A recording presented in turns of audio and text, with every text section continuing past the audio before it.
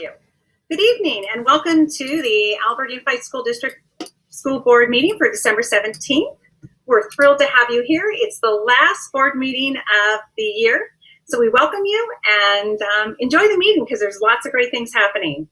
So at this time, I would like us all to, I'm going to have to read something first.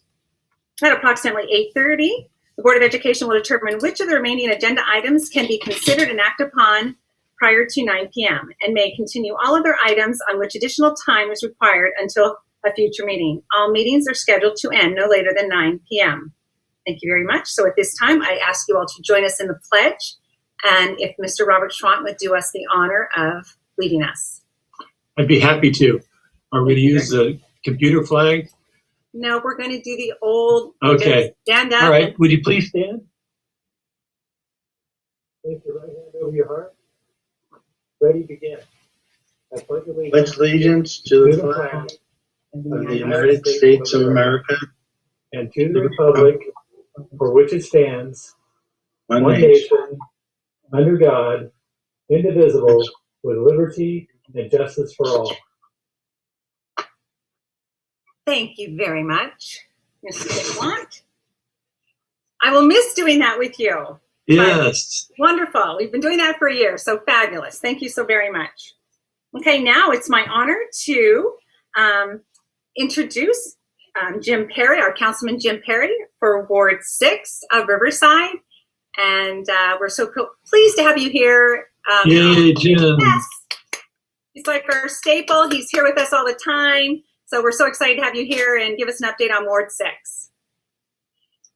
Oh, you're muted. There we go. I hit the right toggle switch for a change. Sometimes I hit the wrong one where I forget to turn it off, actually. Superintendent Musarino, President Wilson for the last time for a few years, staff, my colleagues, and everyone out there in virtual land. Thank you for having me tonight. I know we have at least one new mayor in the House. I should probably show right off the bat that Mayor Rusty Bailey retired last week and almost literally after the meeting got on his bicycle and rode off into the sunset. And shortly thereafter, Patricia Locke-Dawson became our next mayor. So she's been there for about a week now and is doing a really good job. She comes to us from the Riverside Unified School District. Yeah. I think probably the last few times I've given updates, I've spoken about the Magnolia Street widening project. It's still ahead of schedule. We've run into just a little snag. We were hoping it was going to be done by Christmas. Along the stretch of the roadway, we are replacing a series of traffic signal lights, and some of the equipment for those lights is running a little bit behind. So now we're looking at probably mid to the latter part of January. That will still put us about 2 months ahead of schedule. So that's a good thing. So one of these days that project's going to be done, and we'll have a brand new road out there to drive on. CARES Act funding, the city has received several $1 million that we put to good use. I'm not going to go through all of the projects we sent them through. I spoke about that a little bit last month. We're down to about the last $3 million. Hopefully some new stimulus money will be coming after the first of the year, but approximately the last $3 million we have on top of money we've already allocated is going to help our needed businesses who are hurting pretty badly at this time. Our hospitals, the 3 hospitals in the city, they're all at capacity. Everybody's getting hit really, really hard right now with the COVID-19. We are feeling it at the city as well. We've had more employees come down with it this month than we had for the entire year. So far, it hasn't interrupted our services.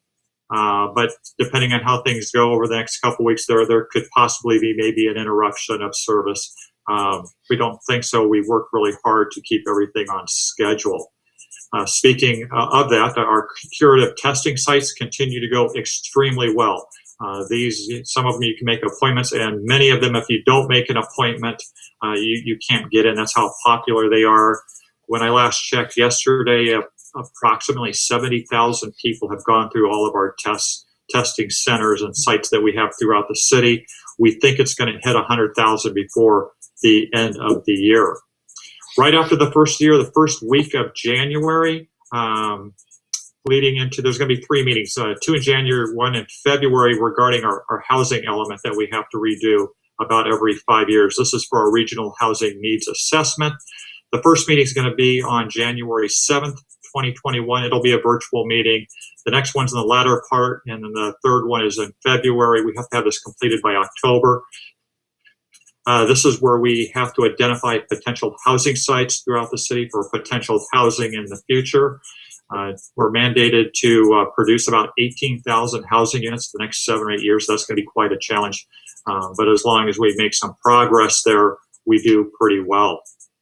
Just one school thing to share with you. The principal at Foothill Elementary School got a hold of our office here just earlier this week and was concerned about some stagnant water that was building up on wells and was causing some issues in front of the school. We got a work crew out there.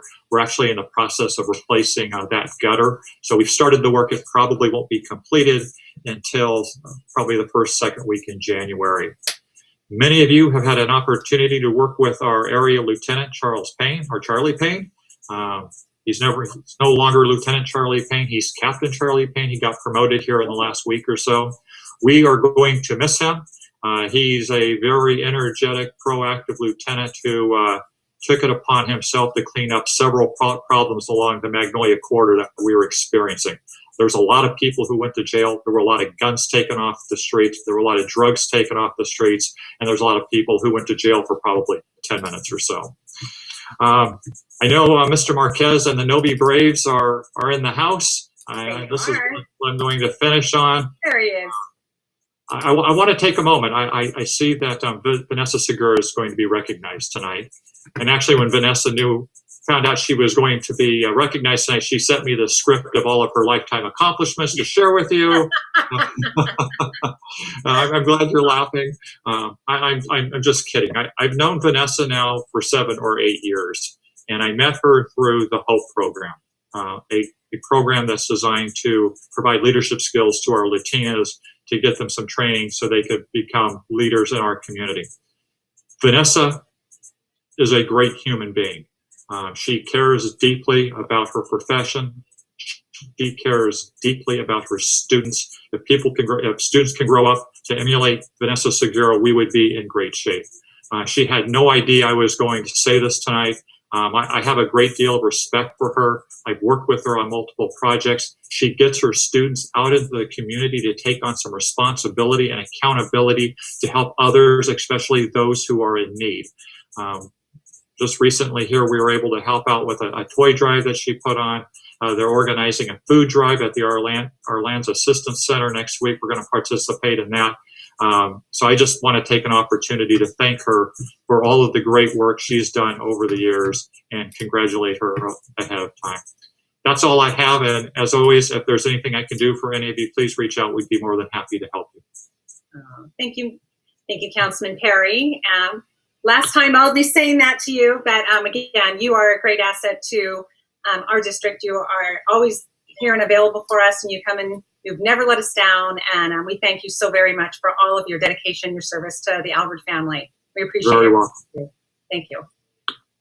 All right, and with that, we're going to go on to Councilman Steve Hemingway with Ward 7 and his update. And we're going to see him twice tonight. Twice. That's true. Well, thank you. Good evening, Superintendent Mercerino and President Wilson and members of the board and colleagues and Mayor Casillas and all the others here. Thanks for letting us spend a few minutes. It's always great to follow Councilmember Perry because I can just usually say what he said, and it covers everything. So there is an advantage to being Ward 7 in the lineup. I just will say that in these meetings, it's great. So Councilmember Perry is phenomenal. He's always so thorough and covers everything. So I'll just add only a few things to take note of that hasn't been mentioned. That just a note with the current stay-at-home order, the city of Riverside is going to adjust their street sweeping. I know many of our offices have been getting calls about the street sweeping. They're going to suspend that a little bit during this time because we assume folks will be there at home more often, and so those services will be temporarily postponed or suspended, which also means that the parking enforcement will be suspended as well, so relaxed, if you will. Obviously, if there's a life safety issue in play, there'll be citations written, by fire hydrants or red zones or, other blocking crosswalks and things. But for the most part, there will be a halt on citations there.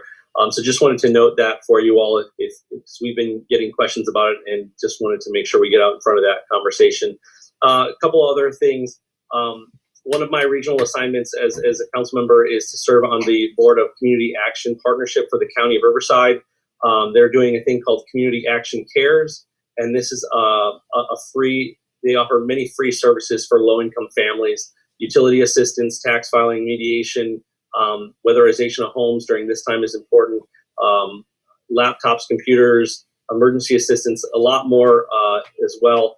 But if anyone's interested in that, give them a call. Again, it's Community Action Partnership for Riverside County, the number 951-955-4900. It's a great resource for families, particularly during this time of a lot of need. I think I mentioned it last time, but this is just a reminder that the City of Riverside had partnered with an organization called His Daughter's House, and they're providing free baby formula for Riverside families.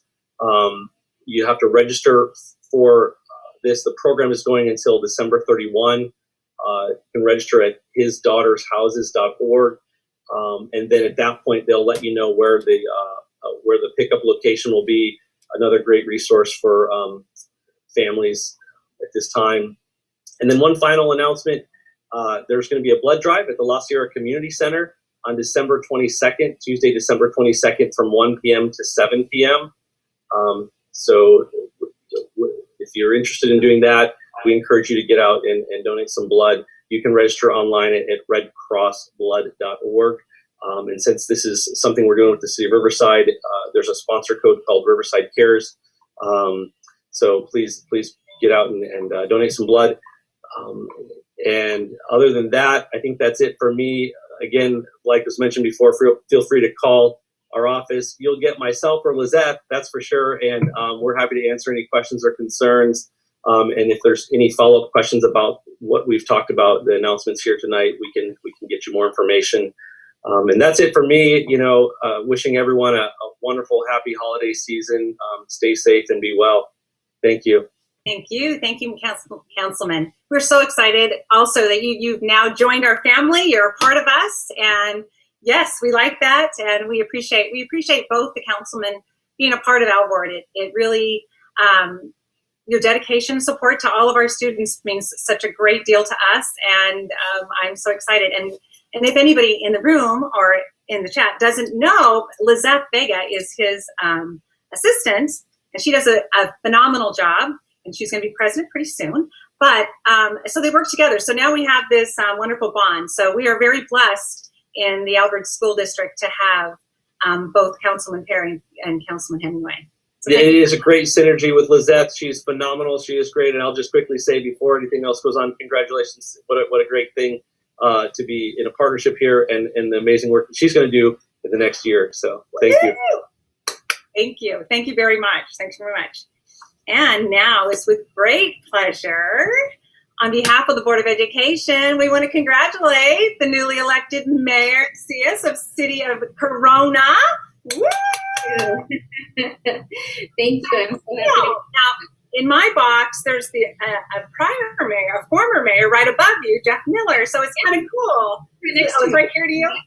So I'm really excited. I'm really excited that we're all here together. So yes, that's a family. It's just a family always. So welcome and congratulations on behalf of the board. We're thrilled to have you here once again. You're always so wonderful and sharing everything that's going on in Corona with us. So thank you. Thank you. I'm so happy to be here. I think one of the biggest perks of being able to join you for these meetings is that, that we serve the same community. And so it's really important that we know what's going on with one another, that folks can hear what it is that's happening across both organizations. And so I'm really fortunate that you all asked me to join you, and I appreciate that. And I'm also really fortunate to have Jeff here also in my district to lean on for advice and all of his institutional knowledge. So it feels really good to come and join you all. I have two big things I want to cover with you tonight. Just two. I'm also going to give you my new cell phone number, so if you want that, have a pen handy. I'll give that at the end. But the two big things I want to discuss, first, I'm going to talk about COVID. We know we're at capacity. We had CEO of Corona Regional speak at our city council meeting last night, Mr. Mark Uffer. And so there's a lot going on there. There's a real urgency for us to act. There have been impacts, though, to livelihoods, to businesses. And so in Corona, we're really focusing our CARES Act dollars to go directly to businesses and to folks and help them with their rental and mortgage assistance. So businesses that we have grants for small businesses here in the city of Corona, and we have up to $12,000 grants for individuals with rental assistance or mortgage assistance. If folks need those services, please give us a call, 951-736-2260. 951-736-2260. We will help you through the application process. We want to make sure that you are staying in your business, that you're staying in your home. We want to help you as much as possible. That was number one. Number two, which is the really good news, is parks. Parks has been a really big deal. Parks and open space. And I don't know if y'all heard, but the city of Corona just recently purchased 292 acres of property along the Cleveland National Forest on the Skyline Trails for preservation. That increases our park. Yes, it's major. It's major. That increases our acreage and our park land preservation in the city of Corona by 75%. So that is land that will never be developed. In fact, one of those two parcels was already slated for development of private homes. If you've ever been hiking in the Skyline area, there's this beautiful meadow. All of that was slated to be developed into private homes, and that will no longer be developed. That land will be preserved for generations to come. And so we are very excited about that purchase. We are very excited about providing that to our community. And so it makes me very, very proud to be able to have seen that come to fruition. And you've probably noticed with parks that we are doing a lot of investment in our local parks. So there are several parks that have just come online. For instance, Lincoln Park and Santana Park are now all-inclusive playgrounds. They're theme and creative play. They are for all kids. So any and adults, adults can play too. It's all inclusive. That's the theme. So Lincoln Park and Santana Park have just come online, and they're all inclusive theme play. We also have a new repavement in the playground of Promenade Park. You've probably seen fencing around it. We have switched the wood chips to like that rubberized flooring, and we've done that in other parks as well, just improvements. We're also seeding Santana Park right now, so we're not closing parks off because of COVID. We're making improvements. So that's what's happening. And then Griffin Park, which is where Caroline and Jeff and I right there. It's going to reopen, I promise you. And really? Wow, that's wonderful. It will be our second dog park in the city. Oh, and okay. It has been pushed back because of COVID and all sorts of other things. It was supposed to open this year, but it will open in the spring of next year. And we had a lot of donations from our local businesses. All American is donating the asphalt for the repavement. We had a local arborist donate a big tree that will be our shade tree in the dog park. There will be 2 pads. It's going to be beautiful. And so it'll be nice to return that park to the community. And my last update on the parks. So parks is a big thing. It's a big theme. Is that we have 3 other playgrounds coming on board.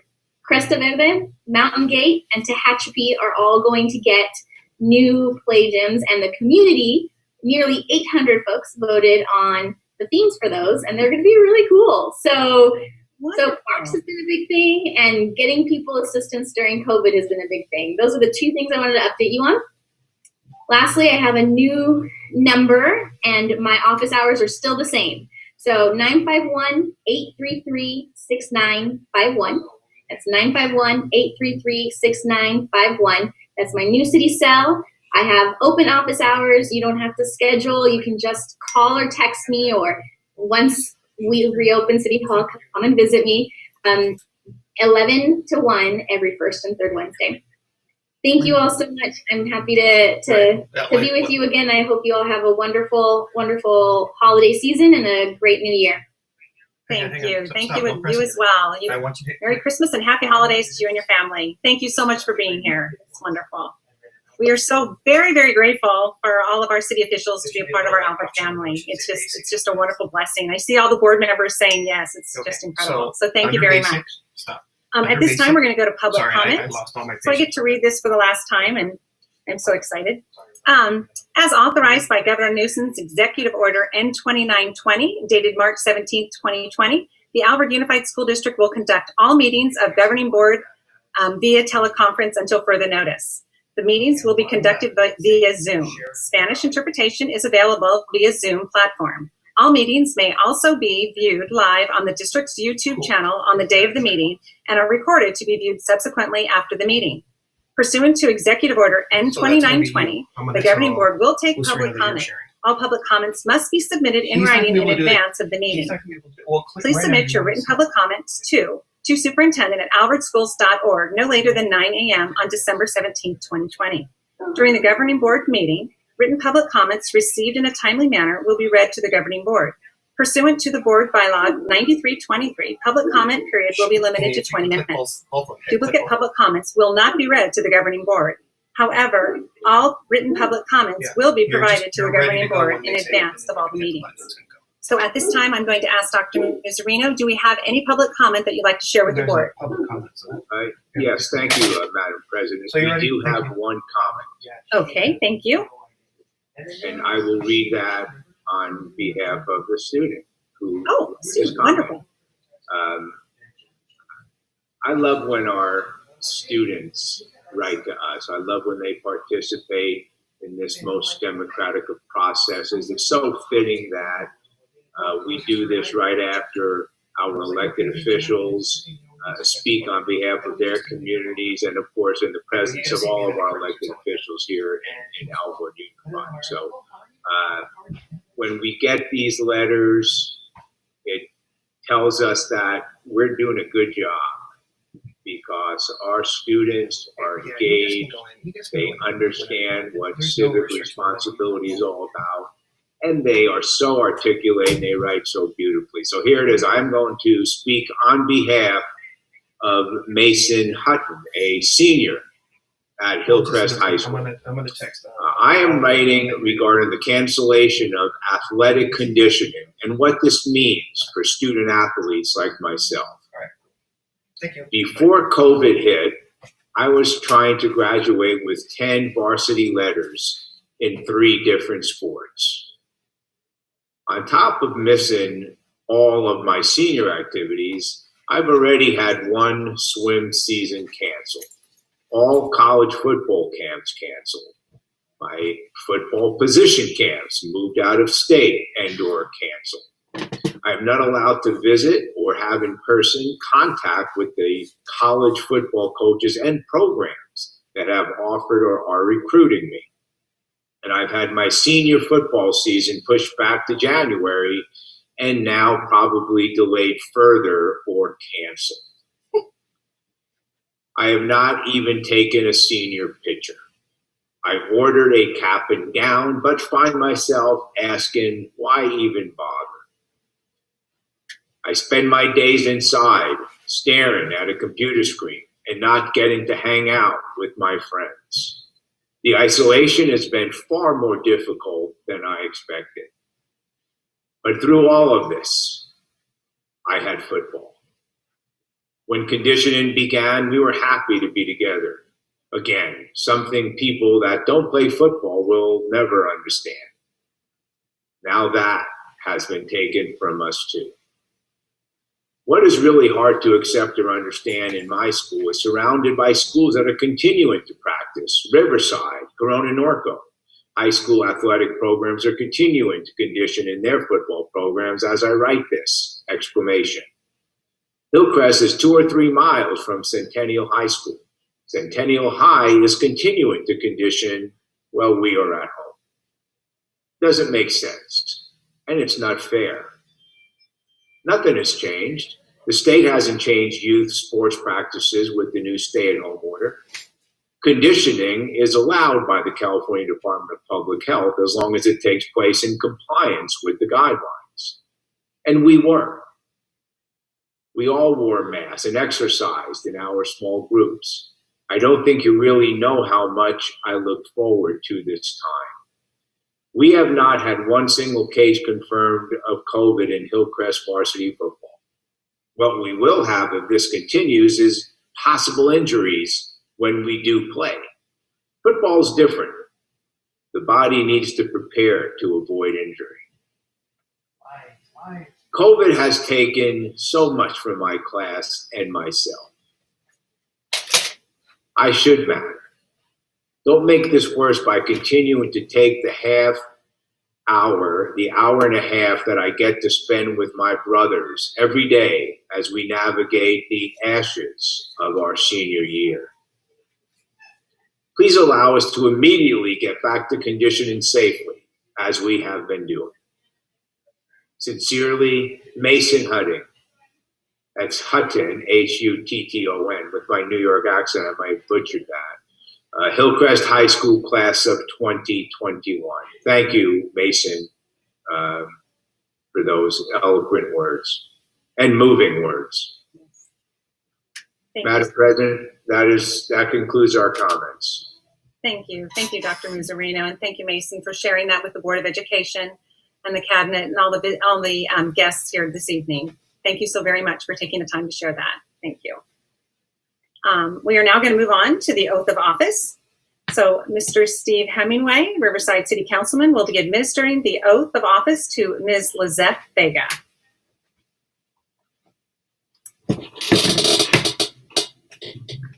Mario, is it Mario? There we go.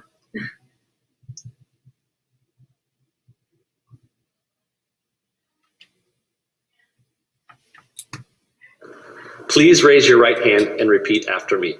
I, Lizette Vega, I, Lizette Vega, do solemnly swear do solemnly swear that I will support and defend that I will support and defend the Constitution of the United States the Constitution of the United States and the Constitution of the State of California and the Constitution of the State of California against all enemies, against all enemies, foreign and domestic, that I will bear true faith I will bear true faith and allegiance and allegiance to the Constitution of the United States to the Constitution of the United States and the Constitution of the State of California, and the Constitution of the State of California, that I take this obligation freely that I take this obligation freely without any mental reservation without any mental reservation or purpose of evasion, or purpose of evasion, and that I will well and faithfully and I will well and faithfully discharge the duties discharge the duties upon which I am about to enter. upon which I am about to enter. Congratulations, Thank you. Trustee Vega. Yay! Congratulations, Lizette! Thank you, everyone.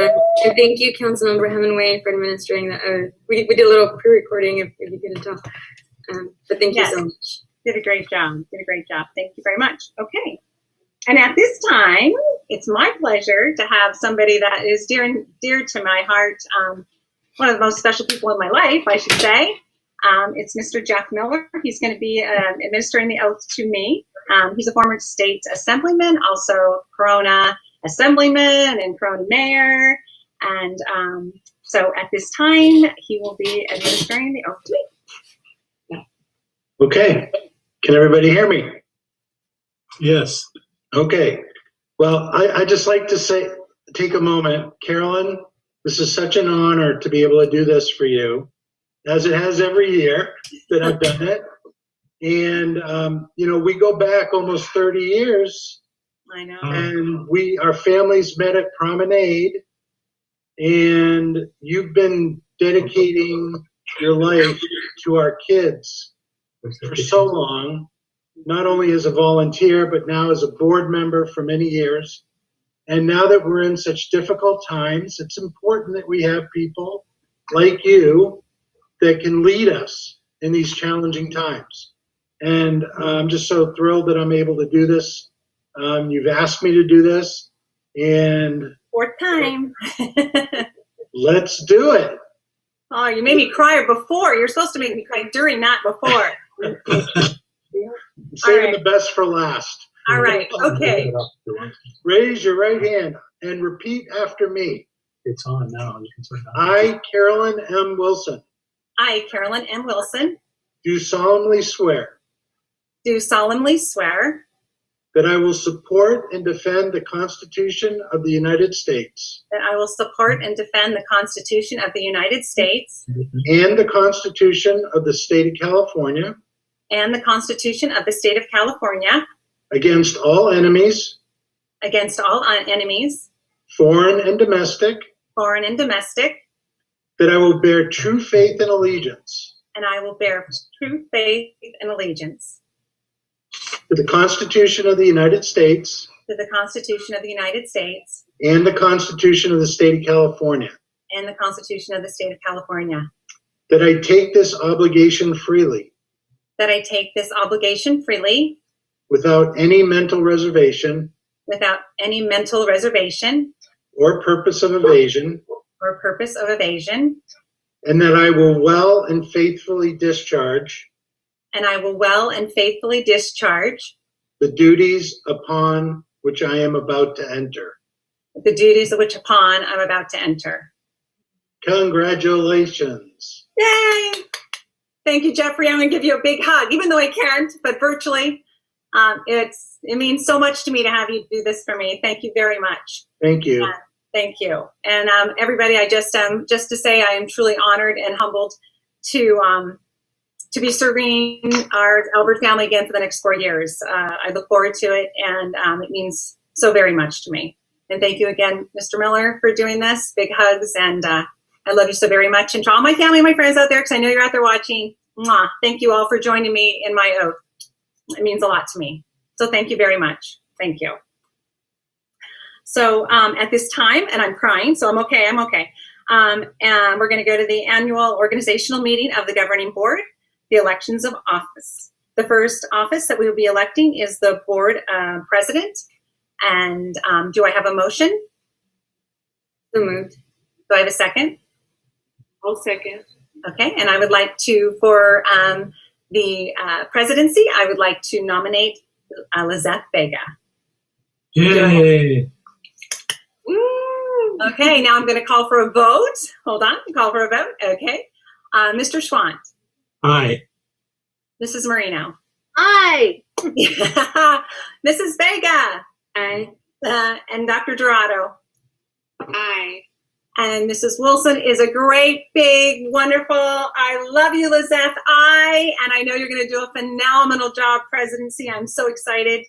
And so with that, I turn over my presidency to you, and I look forward to all the wonderful things you're going to do for and leading us into 2020, 2021, Ms. Vega. Yay! Congratulations. Congratulations. Okay, everyone, please be patient with me, my first meeting. But let's continue. So now we'll call on for vice president. So can I get a motion? So moved. Second. Second. Okay, and so I would like to nominate Dr. Dorado for vice president. Okay, so now I'll call on a vote, and Mrs. Wilson, since you're usually last, I will now have you first. So, Thank you. Mrs. Wilson, Aye. Mr. Schwant, Aye. Mrs. Moreno, Aye. Dr. Dorado, Thank you, Trustee Vega. I accepted with an aye. No. and Ms. Vega is an aye, so that passes unanimously. Congratulations, Dr. Dorado. Yay! Thank you. Now moving on to board clerk, can I get a motion? So moved. I'll second. At this time, I would like to make a motion to nominate Ms. Julie Moreno. Woohoo! Yay! Call for a vote. All right, Mrs. Wilson, Aye. Mr. Schwant, Aye.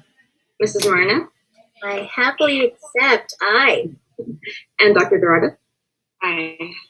And Ms. Vega is an aye. So congratulations, Mr. Moreno. Yay, Julie! Woohoo, Julie! So now on to the next item, slide presentation to past president of the Board of Education.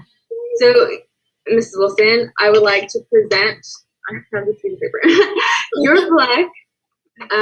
Thank you so much for keeping this board organized and giving us all the materials that we need.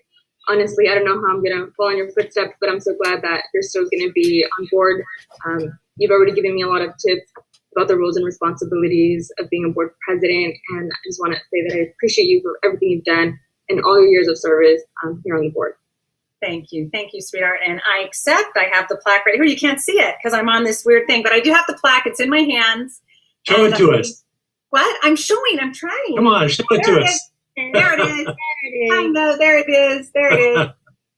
So thank you very much. And it's an honor and it's a privilege to be board president. And it's a wonderful thing to lead such a wonderful, wonderful board and district. So I'm looking forward to all the amazing things that you're going to do and make it your own. So congratulations to you too, Lizette.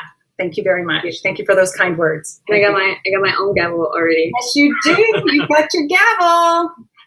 And if I may, Madam President, for the last time, at least for a few years, yes, it's been a privilege, certainly, for my team and I to work with you as closely as we have in your position as board president. You've done a wonderful job, and it's been a wonderful experience. So we'll, of course, still be expecting everything out of you that we've been getting. So I know nothing's going to change except your title. That's so it. Your engagement, your involvement, everything that you do on behalf of our children. So thank you. And again, from superintendent's perspective, of course, we work so closely with our presidents as we do the entire board. You made the job even easier and even more fun than it already was. So thank you for that and all of your work. And now back to you, Madam. Thank you. Yes. President Vega. Yes. Thank you. Okay, on to the next. 7C, election of representative for County Committee on School District Organization. Can I get a motion? So moved. I'll second. Do we have a nomination? I do. I would like to nominate Mr. Robert Schwant, please.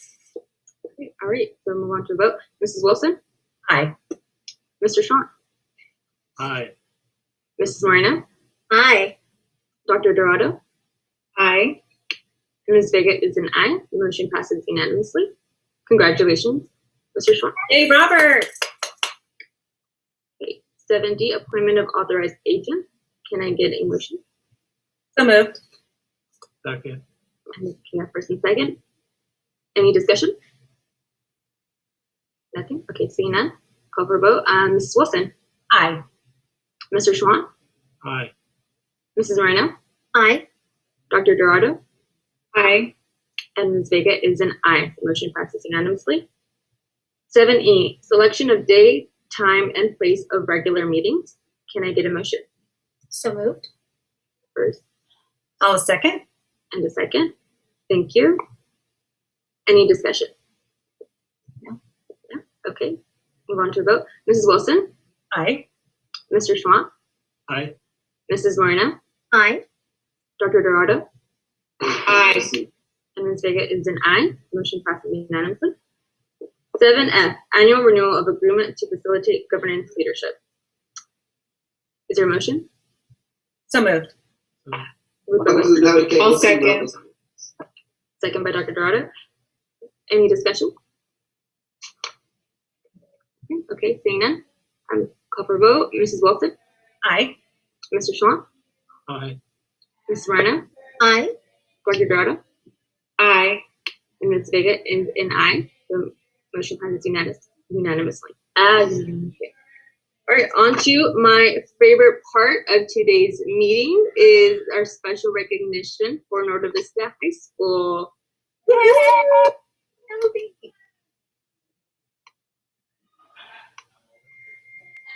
Good evening, everyone. President Vega.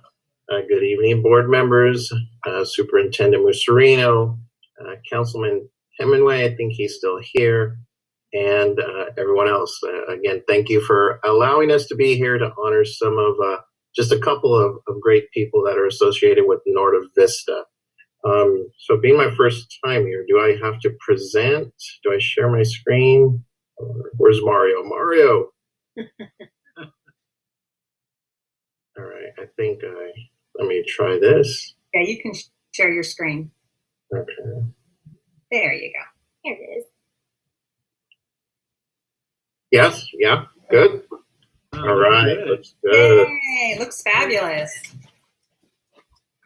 Well, the people getting on are way more fabulous than the PowerPoint slides. So we'll get started here. So, all right. So first up to bat is our student of the month for the month of December. And I'm going to go ahead and read here. I know she's in here. So Miss Lali Fernandez is our student of the month for the month of December 2020. Miss Lali, are you around? You're there, right? I can't see you on my screen, but I'm sure you're there. So Mrs. Lali Fernandez is currently a senior at Norte Vista High School, and during her high school career at Norte Vista, she's displayed work ethic, effort, energy, a positive attitude, and shown she is determined to be college and career ready. During her time at Norte Vista, she has accumulated a total grade point average of 4.3 and is not done yet. She currently has 5 A's and 1 B, which is an AP calculus, so I think she's starting to slack off a little. Just joking there. She also has AP statistics right now and IB Spanish too, among other classes. Her teachers state she is an exceptional student, is always willing to help others, is eager to learn, a great role model, humble, a fantastic leader, self-motivated, and disciplined. I do believe it's safe to say that Mrs. Lali is just getting started, that there is such a bright future for her ahead. She will definitely make Alvord proud, definitely make Norte Vista proud, our community proud, and for sure her family. So again, it is with my great pleasure to honor Mrs. Lali Fernandez as the Alvord Unified School District Student of the Month for the month of December 2020. All right. With the family, let me see if I can see Mrs. Lali. There, no, she's there somewhere. There she is. I just saw her. Congratulations. I'm so proud of you. Coming from Norte Vista myself, I know the teachers there are amazing, and you as a student, I know you're working really hard. And right now during this pandemic, I know it's not be easy to be learning in this environment, but you're doing it and you're doing a great job. And as a senior, I know you're missing out on a lot of things too for this year.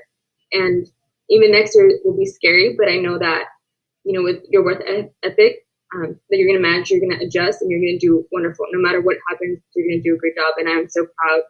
And just remember that, out of all the students at Novi and the district, you were chosen as Student of the Month. So always remember that. And when times are tough, remember that you can do anything that you set your mind to do. Woo! Right. Nice. Thank you, Lali and family, for showing up. Thank you very much for being here. All right, moving on. All right. Councilman Perry already kind of stole my thunder here. So next up, our certificated employee of the month, Norte Vista, the best high school in the world, is proud to recognize Miss Vanessa Segura as our certificated employee of the month for the month of December 2020. Ms. Segura is currently a social science teacher at the best high school in the world. Ms. Segura has been a teacher at Norte Vista for the past 16 years plus, teaching subjects such as government, economics, and modern world history. In addition to her regular teaching duties, Ms. Segura has also taken on various extracurricular activities here at Norte Vista. As Councilman Perry mentioned earlier, HOPE, which is Hispanos Organized for Political Equality. She's also participated as girls varsity golf coach, class advisor many times, many different years, and many other activities on campus. But no matter what activity she may be doing, it has always been done and continues to be done with heart, compassion, and true caring for our Norte Vista students and community. Most recently, Ms. Segura, after learning about the increased displaced families we had at Norte Vista, she proposed doing something about it. And she said, "Don't worry, Mr. Marquez, I got it covered. I'll reach out to the community. I'll set up a GoFundMe. I'll do this, I'll do that, I'll do this." And all right, go for it. And knowing Ms. Segura, the best way to support her is to simply support her because she's such a leader. And once she commits to something, she gets it done. So to make a long story short, she took that on right before Thanksgiving, this past Thanksgiving. And she raised over $6,000 to feed over 60 families and provided them a full Thanksgiving dinner, from the turkey to the fixings to the pumpkin pie to the whipped cream to everything. And then we called on our Norte Vista teachers and staff, classified staff, and they came in droves, and we delivered all that. And this is a picture from that day on the 23rd. And you know, she's just awesome. Like Councilman Perry says, one of the best parts of being principal at Norte Vista is having Miss Segura on my staff. And so she's also, I don't know if you know this, I believe she's a Novi grad. So she's true Novi through and through. Yeah. So again, it's with great pleasure to honor Miss Vanessa Segura as our certificated Employee of the Month for December 2020. Woohoo! Congratulations. Wonderful. When I saw that Novi was going to come up this month, I was like, who are they going to choose? Because there are so many wonderful teachers on campus. And when I saw your name, I was like, of course it had to be her. So Ms. Segura, thank you so much for everything you've done for our students. For when I was there as well, I'm so sad that I had you for like 2 weeks in one of your classes and I got switched out. I wish I would have had you for the full semester. But I'm so glad to know you and to know that you're doing all this great work in our communities, for our families, for our students. It's just amazing what you're doing. And thank you. And you mentioned, yes, it is a group work, but you know, it's an initiative too. And I know, you know, you're starting these things, and so thank you. Thank you, Lizette, and congratulations on your leadership role, your promotion to the president today. And thank you, Mr. Marquez, for acknowledging the hard work that I do, but I want to dedicate today to all my colleagues because it's been a tough year. And now I'm emotional. But it's been a tough year, and you know, you do what you can, and my colleagues, I know we've all been working some serious overtime, and so this acknowledgement really means a lot, and I dedicate it to them. And I want to just encourage the board to also acknowledge, you know, the teachers and their hard work, and you know, do the right thing. So thank you all very much for your support, and Ms. Marquez for this acknowledgement. And happy holidays. Peace and blessings to you all. Thank you. Thank you. Wonderful. Thank you again, Vanessa, for being here. All right, next up is our Classified Employee of the Month. And this is even better because she is recently retired. And what better way to honor her than do this now, as she's just recently retired. So it's our Classified Employee of the Month for Norte Vista and for Alvord Unified School District is Miss Jerry Giroux. She has served at Norte Vista as school secretary too, for the past 10 plus years.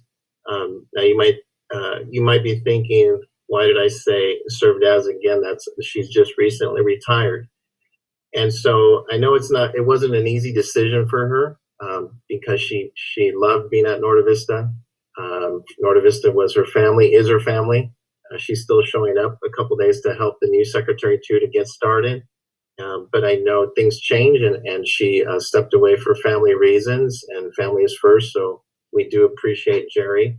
Now, during her time at Novi, Ms. Giroux handled everything as the high school secretary. And you know, the most important person to know at the high school is the secretary, really at any school. She had all the answers. She knew every direction of the campus. She knew everything. And still, one thing I always noticed about Jerry is somehow she made the math work. Being at a high school with over or close to 100 teachers, there was just those days where we had, it seemed, a conference going on, and then 10 people sick and another 10 people out.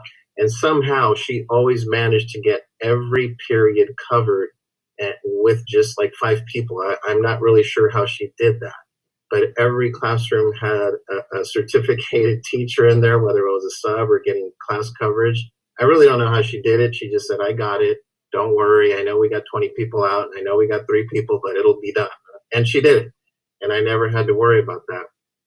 so her math is beyond understanding with me. So again, it's with it's kind of sad to see her go, because she took care of everything, even when I was there as an AP with Miss Boyd, and then to come back and know that I can trust her, and she just picked up and helped in the transition. When I came back to Norte Vista, just was a blessing having her there. But I'm sad to see her go, but I'm happy for her and her family. So again, it's with great pleasure to honor Miss Jerry Giroux as the Alvord Unified School District Classified Employee of the Month of December 2020. Hi. Thank you. Yay, Jerry! Thank you so much for all your years of service at Novi. A lot of students don't understand what happens behind the scenes. And so I just want to take this time to say thank you, and we appreciate everything that you've done to help the school run smoothly. If it wasn't for you, we wouldn't have everything in order. So really appreciate it. Thank you so much, and I hope you enjoy your retirement. You're able to spend more time with family. Thank you. Thank you. I loved my job. It was the hardest decision to decide to retire, but like you said, I started working at Alvord because my family didn't need me, and so I left Alvord because my family needed me again. But Alvord and Norte Vista will always be my family, and I will do anything for them anytime. I just love them, and leaving my coworkers and teachers and students was really hard. But thank you for the recognition, and once a brave, always a brave. Thank you, Jerry. Love you, Jerry.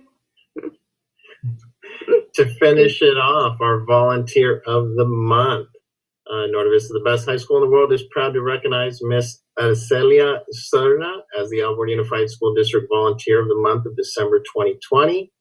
Ms. Serna has been a parent volunteer for the Norte Vista High School Band and Color Guard for over 4 years and currently serves as the band booster president. She has 3 sons, Leobardo, who was the class of 2017, Jonathan, class of 2020, and Elliot, who will be a class of 2023. And each began their passionate musical journey at Arizona Middle School and continued on in bands at both La Sierra and Norte Vista High School. Her sons have held leadership positions from percussion section leader to band president, and all have demonstrated a strong sense of service for their peers. Ms. Serna and her husband Juan also contribute much time to volunteering to support the many needs of the band and color guard by constructing props, transporting marching band equipment, and to and from competition throughout the year. Ms. Serna's love for her children is felt by many other students. She has helped to organize multiple fundraisers, coordinated making breakfast, lunch, and dinner for students on competition days. She works concessions at concert performances, attends competitions, travels as a chaperone on the San Diego band tour, and the list continues on. Her positive impact on our band is immeasurable, and without a doubt, our band and guard family would not experience the same success without her. So again, it's with great pleasure to honor Miss Arcelia Serna as the Alvord Unified School District Volunteer of the Month for December 2020. All right. Woo! Congratulations. Arcelia, muchas felicidades. Gracias. Sorry. Oh, what a wonderful picture. Let me tell you that my parents were also in the district club for band, and parents work so hard. And when Mr. Marquez was listening, everything that they do, just a little bit of it, the early mornings, the late evenings for competitions, and it's cold. It's cold out there, and they're out there providing food for the kids and fundraising for them to have everything that they need for their performance. And they're just doing an amazing job. Her husband too has been working to do their own props, and they work side by side with my parents too to get that done. So I know all the hard work that she's put in for these students and to get band to be as great as they are. So thank you so much. Muchas gracias, Arcelia.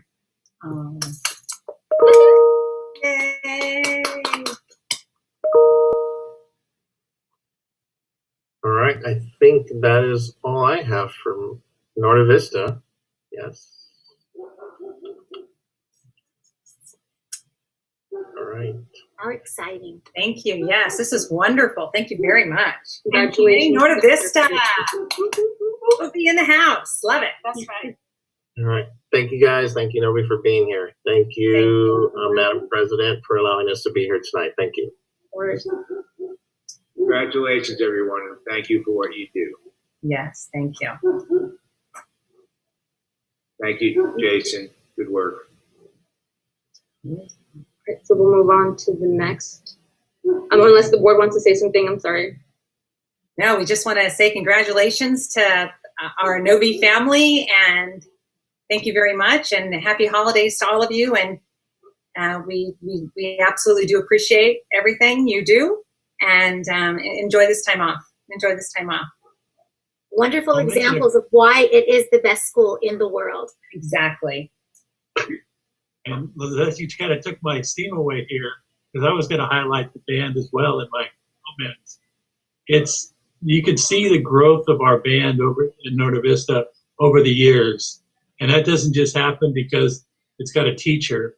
It happens because you have a teacher, you have volunteers, you have commitment from other teachers around the school. And it really is a shining, I feel, one of the shining stars in our district is the Norte Vista Band program and how it's grown. So congratulations. Exactly. Great job, Jason.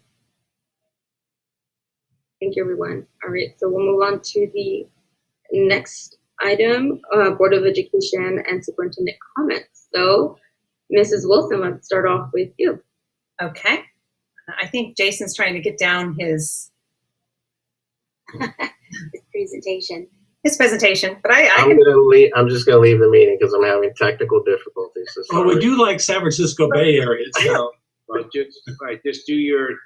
just stop sharing before you leave. all right, I'm trying to figure this out. My buttons are disappearing. Sorry, I'm at home, not on my computer at school. Okay, no sweat. But Madam President, you can continue with the consent agenda if you'd like. So, all right, so we'll go back to the board comment. do your board comments first. Oh, right. I haven't even done comments yet. yeah, I can do That's what I was like. I'll do my comments. I talk with the background as Norte Vista. I love it. Okay, I'm on. Okay. I have a couple just real brief. Am I good? Okay. And I just want to say, on this last board meeting of 2020, I wanted to thank all the students, parents, and teachers and staff, our entire Alvord family, for how incredible the way they have worked through these difficult and challenging times. It has been difficult, and we realize how difficult it is and what we've been going through. The last at Viegas, we have lost some really amazing teachers.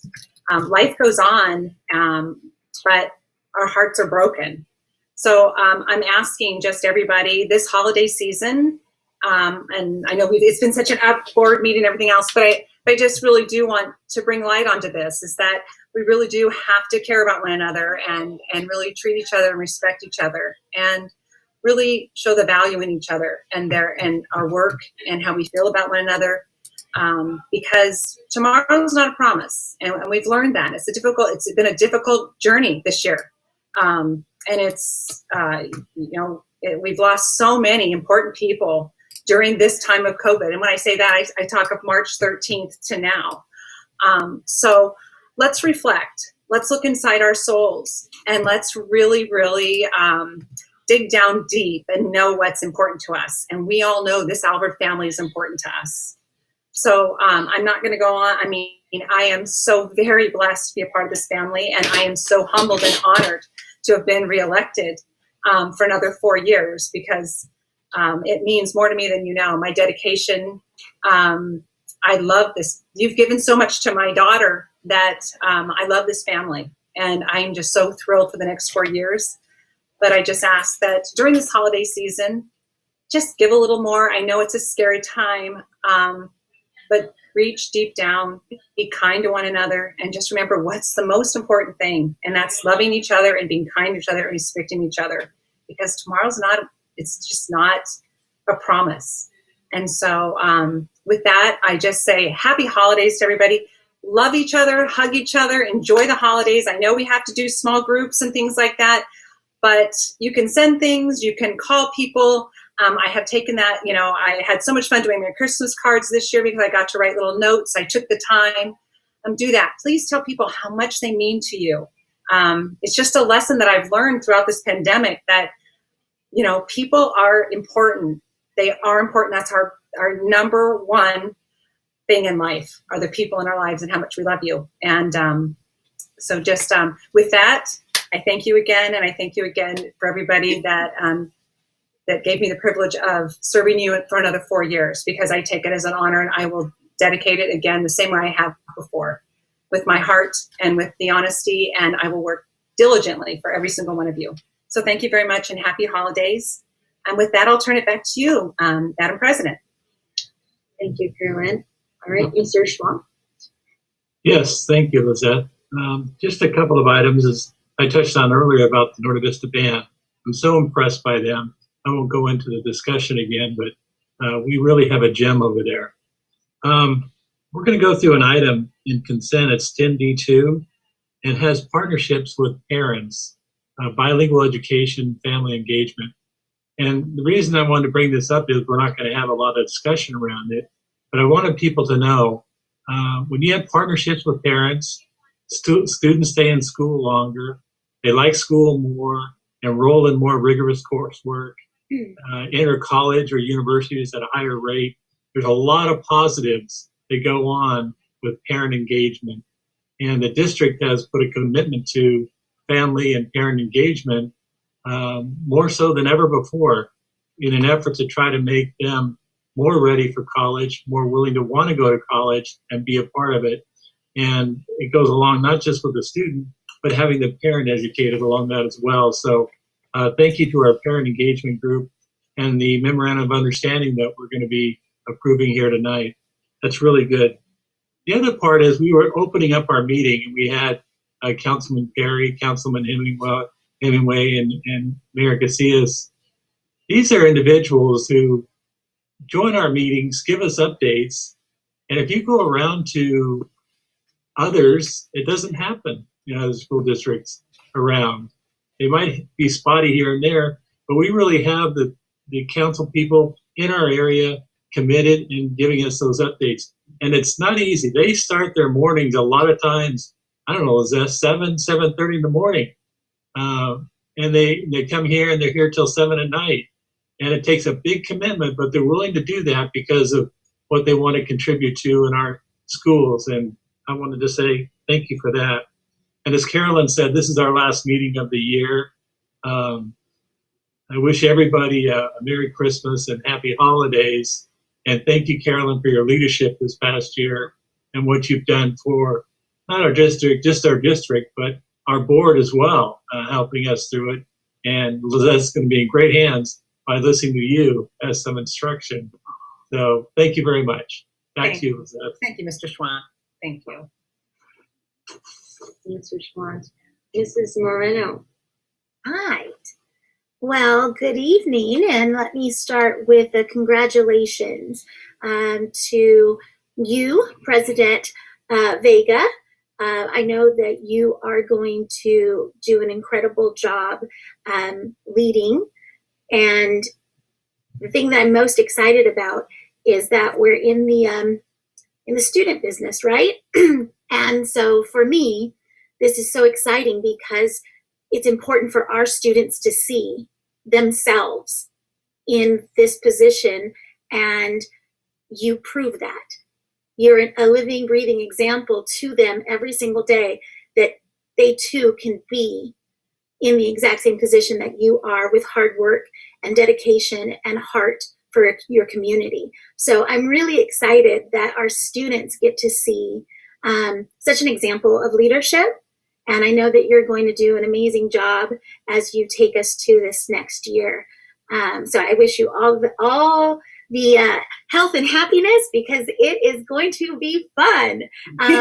And to our outgoing president, Ms. Wilson, you definitely had your hands full with COVID. When you think about, and many don't realize that the role of presidency, it's one that you take, really heavily to heart, because you do have that responsibility of making sure that we are within our legal ramifications, and you're making sure that we are on time, and we're making sure that all the T's are crossed and all the I's are dotted.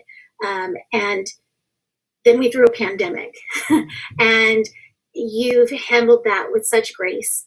And even when we were in the most under pressure, boiling points at times, you never let us see you sweat, and you kept us all calm and understanding that we are a family, and families go through things, ups and downs, and all the ways around. But one thing that will always bind us is the heart, and the love that we have for one another. And so I thank you for your leadership, and I look forward to working alongside of both you great ladies for many more years to come, and the rest of our team. It is a blessing to be within Alvord. And Robert, you mentioned how we have such tremendous support within our council members, and even assembly members, as we saw Mr. Miller here. That doesn't just happen. That isn't something that they do because it's a checkbox on their lists of duties. That's because they really believe in our students. They believe in our staff. They believe in us. And we're very grateful to have those partnerships. And I look forward to all of the continued success that we're going to have as a district together. This evening, being able to honor Norte Vista at a time when we've made reflection that some of us are going to have seats missing at the table this year during the holidays. And all of us are experiencing tremendous loss, whether that be with a loved one or with a job or with just a sense of the young man that spoke earlier via his comments, Mason. You do matter, and we do hear you. And we appreciate you having the courage to make your voice heard. Know that you're not alone. We see you. The same way that we know that each and every one of us are going through something, whether that be a high right now in a great time in our lives or experiencing one of the downturns. One thing that we will have is a sense of togetherness if we continue to understand that we need one another. We can't do this alone. And I'm very grateful to know that I have never been alone on this board. And I appreciate each and every single one of you. I appreciate the superintendent, cabinet, and community, because we can't do it alone. And Norte Vista, being able to celebrate you all this evening when you yourselves had experienced a tremendous loss with your previous leader, and yet you've shown such grace and such amazing want to continue to prove why you believe you're the best school in the world, because once a brave, always a brave. That never goes away. So I congratulate each and every single one of you. And lastly, I just want to wish every single one of you a very happy holiday, a Merry Christmas, and more so, the belief in yourselves and hopefully in one another. And if we don't have that yet, I strive to achieve that, and I strive to do that together. So I wish you all a wonderful, happy holiday season, and I wish you health and wealth and much love. Thank you. Thank you, Mrs. Warner, for your kind words always. I'm almost going to cry. But thank you. And so, Dr. Dorota? Yes, I just want to say what beautiful words were just spoken by our trustee, Julie Moreno. I concur. I want to also take the time to dedicate my board comments this evening to wish every single one of you, whether it's our community, our classified, or certificated, our administrators, the cabinet, the superintendent, everybody in the board, my colleagues, the trustees, a happy holiday, this break. I know as teachers right now finish up their last grading, their finals, their last day to put in those final grades and grading all those finals. I know you're all working very, very hard. And I want you to realize I recognize that. We've been through a pandemic the last 9 months with our students, and I want you to realize that this has not been easy. It's not been easy for you. I understand it hasn't been easy for anybody. We just have to look within our own immediate community, our own families. I know it's difficult. So I just know that normally this would have been a time where we're very thankful for what we have. We normally celebrate the achievements of the year. I just want you to still be thankful, obviously, this holiday, but I also want you to take the time to really relax and stay away from that screen. I know it's been a lot of screen time for a lot of us. I know we were wishing that for you the last break we had in Thanksgiving, but truly do that this winter break, teachers and educators, because I know when we come back, we were going to be working twice as hard again. So and the reason I say twice as hard is because I want to take the time to really dedicate being a counselor, a school counselor myself. I want to let the board and the district know that counselors just are working very hard, just as our teachers were working, I think, long evenings. And I just want to say, we as counselors have been tasked with these extended deadlines. So for example, a lot of our universities, if you don't know, our colleges, our four-year universities have continued to extend deadlines. They've seen a drop in their application rates. So that's unfortunate for obviously a lot of our seniors, but they've seen a significant drop on applications. So they continued to extend several deadlines. I just got a notification today that some of the Cal States have extended it all the way to February. So what does that mean? For a lot of our counselors, that means we're still trying to get a hold of these seniors, even the last week of finals, just trying to get those students, just like Mr. Marquez pointed out, 4.0 and above kids, to make sure they meet those deadlines. So when we would have normally had, okay, let's move on to the next agenda, we continue to work hard. We're still working these evening hours because we're trying to make sure that kids meet those deadlines. So I would just hate for some of our kids that are, that are in this, as we're celebrating our counselors, not only at Norte Vista, but I know in the entire district are working really hard. I also want to say that I recently read an article where it showed that even though the rates are down for college admissions, not the admissions, but the actual application rates, that schools of poverty have been hit extra hard. And that saddens me during as we wrap up, where we would have normally wrapped up our semester in our college admissions season. It saddens me because it says that our schools with high poverty this year, they've been calling it the gap year. Maybe we're just gonna have a gap year. It's unfortunate because I know as someone that looks at equity and our and just that kind of leadership, that unfortunate students of poverty, if we choose to use this as a gap year, some of our students might never come back to college if they use this as a gap year. And I just want to take the moment to acknowledge all that hard work that I know our counselors are putting forward. And then I just want to make sure I conclude by saying make sure you enjoy the time with your immediate family. Please be safe during this holiday.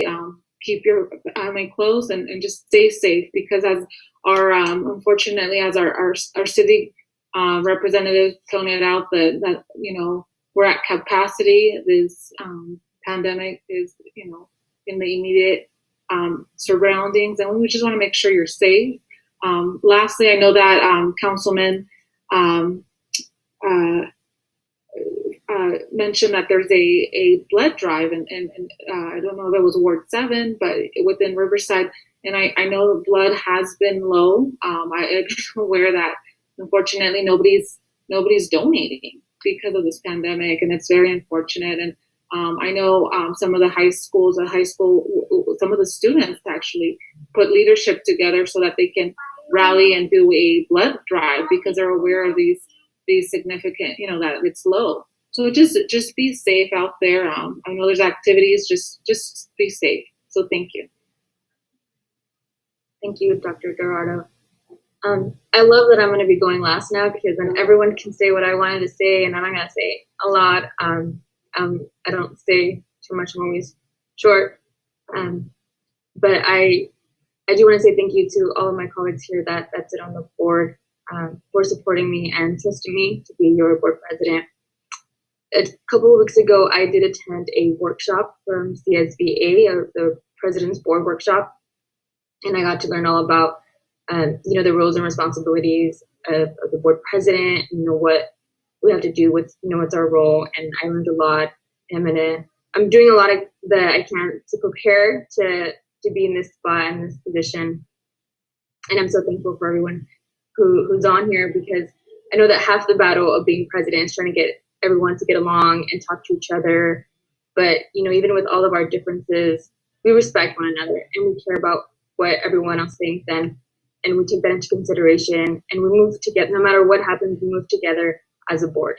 And I'm so happy that this is the board that I got. And I'm happy that I get to be here for the next 4 years, and at least the next 2 years with everybody here. But I am thankful that I'll be serving for the next 4 years here in all my schools. And, I really want to continue that support to the district. And with COVID happening, things are changing.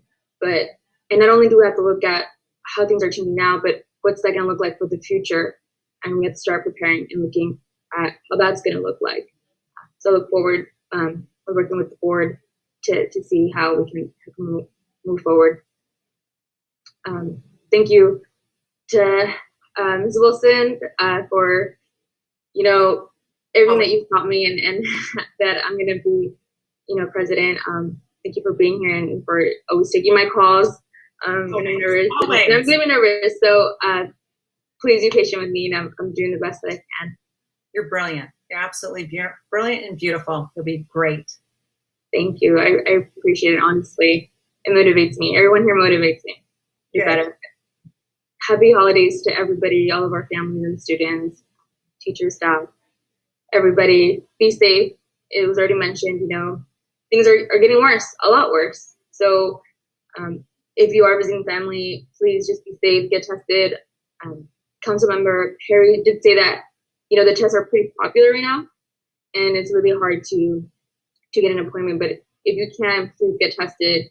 Even if you don't have symptoms, it's always good to get tested. We need our numbers to go up, our testing numbers. So please do so. And so thank you. And we'll see you in the next year. So Happy New Year. So now on to Superintendent Serena.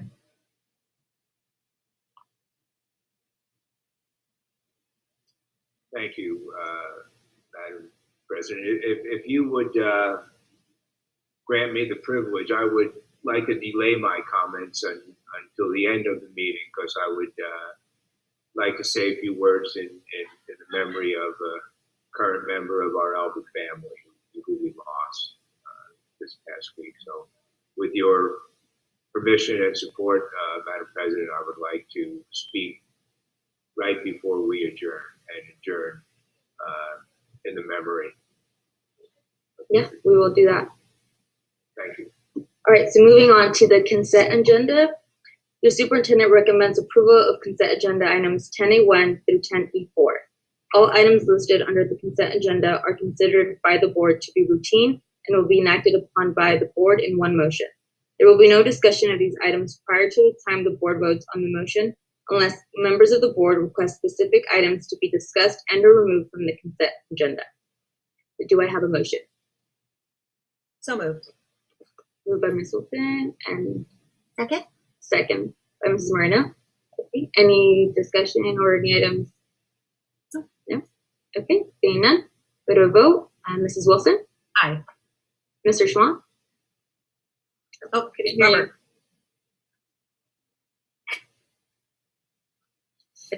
There you go. Aye. Mrs. Moreno? Aye. Dr. Dorado? Aye. And Ms. Vega is an aye. Motion passes unanimously. We move on to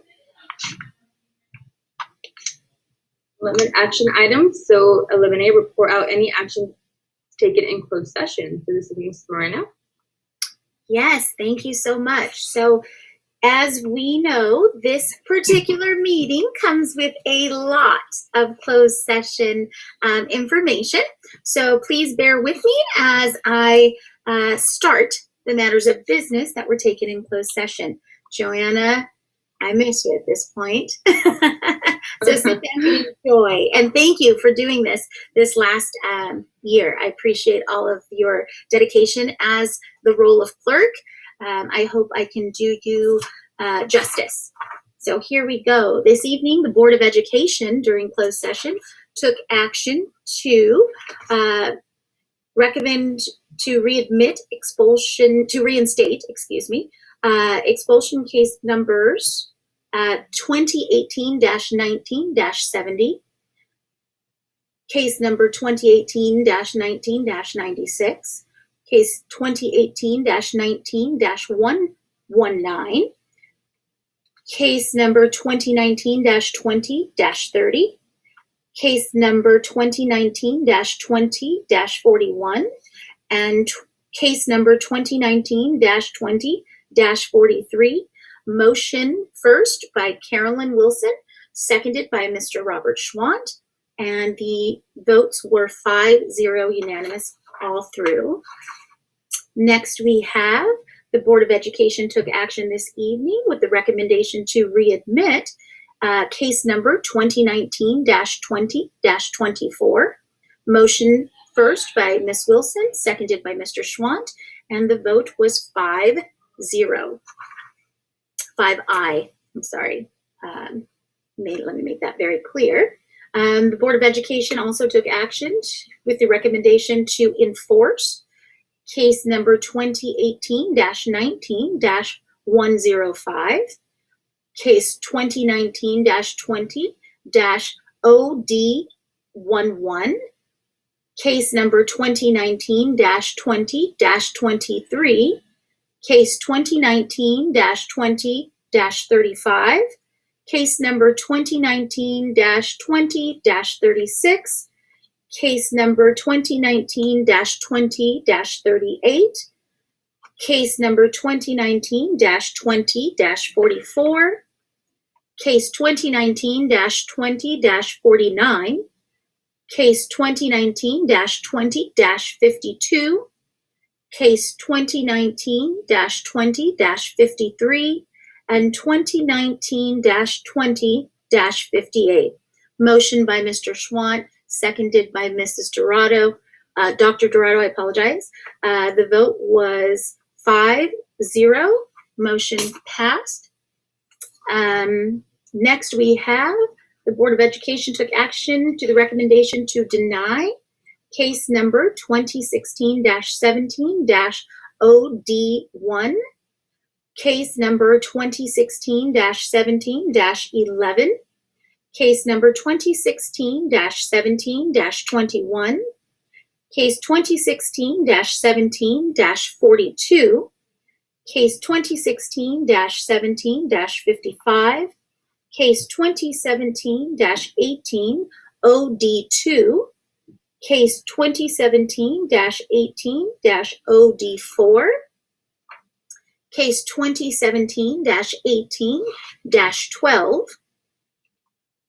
case number 2017-18-21, case 2017-18-27, case 2017-18-46, case 2017-18-70, case 2017-18-74, case 2017-18-77, case 2018-19-OD3, case 2018-19-OD5, case 2018-19-6, case 2018-19-8, Case 2018-19-11, Case 2018-19-12, Case 2018-19-13, Case 2018-19-27, Case 2018-19-34, Case 2018-19-37, Case 2018-19-40, Case 2018-19-44, Case 2018-19-45, Case 2018-19-51, Case 2018-19-55, Case 2018-19-61, Case 2018-19-64, Case 2018-19-69, Case 2018-19-73, Case 2018-19-74, Case 2018-19-82, Case 2018-19-83, Case 2018-19-88, Case 2018-19-98, Case 2018-19-99. We're almost there.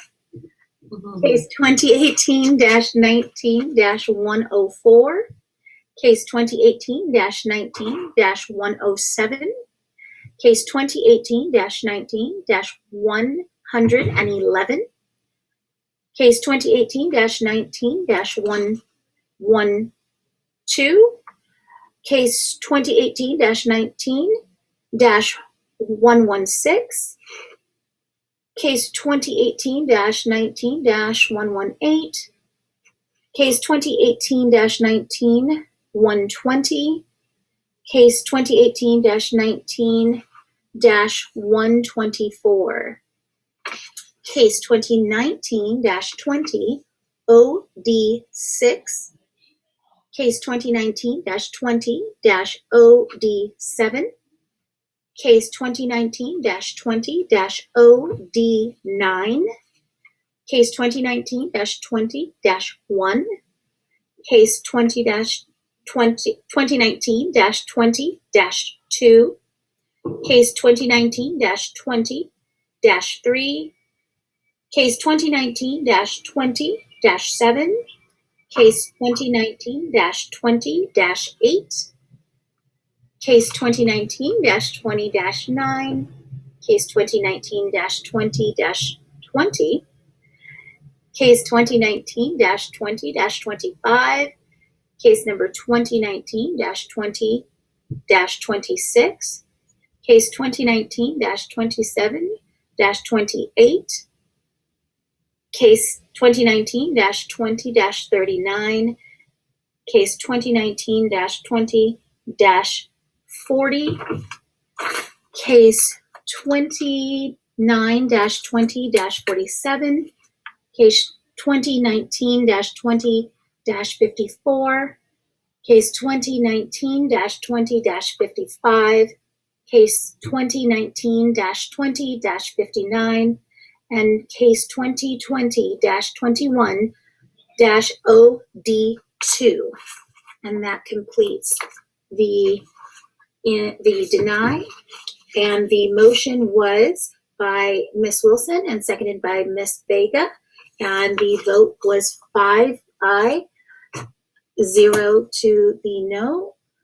And that, I believe, concludes all action taken in closed session this evening. Wow. Yes, that's a lot. I don't miss doing that. Aye. Thank you, Ms. Moreno. So we'll move on to 11B1, review proposed revisions to board policies and administrative regulations, and we'll be waiving the second reading. Can I get a motion? So moved. Second. Ms. Wilson and second by Mrs. Moreno. Okay. Any discussion? No? Okay. So on to vote. Mrs. Wilson. Aye. Mr. Schwann. Aye. Mrs. Moreno, Aye. Dr. Dorado, Aye. and Mrs. Vega is an aye, and the motion passes unanimously. So 11C1, approve notice of completion climate tech district wide. Can I have a motion? So moved. Oh, first and second. Is there any discussion? No? Okay, on to the vote. Mrs. Wilson, Aye. Mr. Schwann, Aye. Mrs. Moreno, Aye. and Dr. Dorado, Aye. and Ms. Vega is an aye. So motion passes unanimously. On to 11C2, review proposed revisions to board policies and administrative regulations, and we'll be waiving the second reading for this as well. Can I have a motion? So moved. Moved by Ms. Wilson. Was there I'll also second. there is a second? All right, any discussion? Yeah, okay. On to vote. Mrs. Wilson? Aye. Mr. Schwann? Aye. Mrs. Moreno? Aye. Dr. Dorado? Aye. And Ms. Vega is an aye. Motion passes unanimously. On to 11D1, review proposed revisions to board policies and administrative regulations. And we'll also be waiving the second reading for this. Can I have a motion? So moved. First and second. Any discussion? No. Okay. On to vote. Mrs. Wilson? Aye. Mr. Schwann? Aye. Mrs. Moreno? Aye. Dr. Dorado? Aye. And Ms. Vega is an aye. Motion passes. 11D2, renew membership to Super Commodity Cooperative Child Nutrition Services. Can I have a motion? So moved. First and second. Any discussion? No? Okay. To vote. Mrs. Wilson? Aye. Mr. Schwann? Aye. Mrs. Moreno? Aye. Dr. Dorado? Aye. And Ms. Vega is an aye. Motion passes unanimously. On to 11G3, certification of the 2020-21 first interim financial report.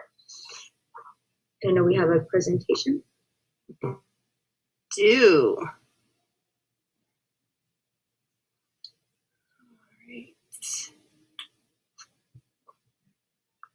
Okay, can everyone see my screen? Yes. Yes.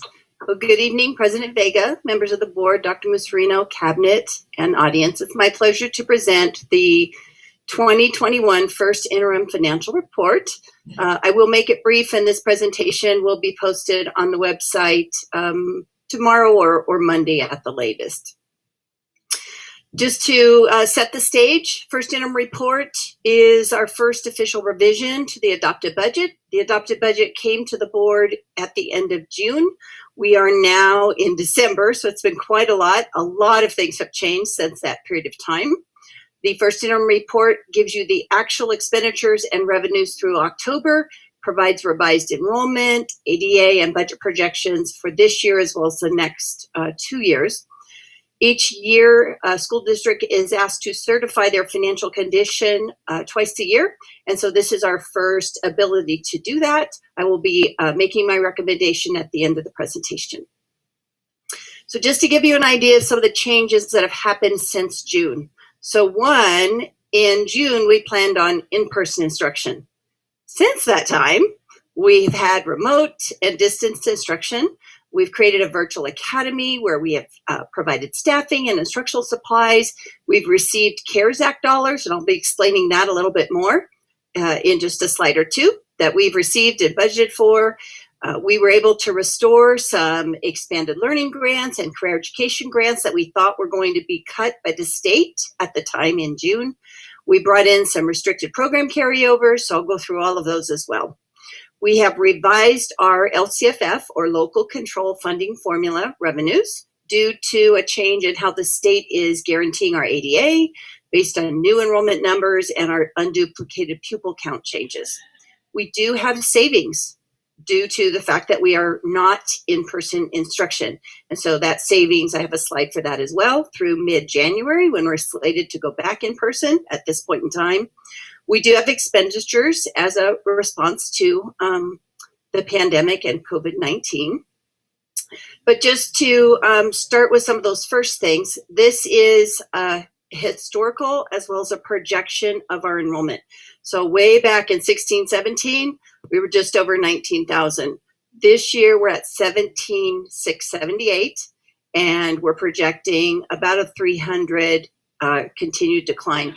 This year I planned at adopted budget for 300, and we're about 480. So we don't have as many kids. Primarily they have focused in our TK and K grade levels.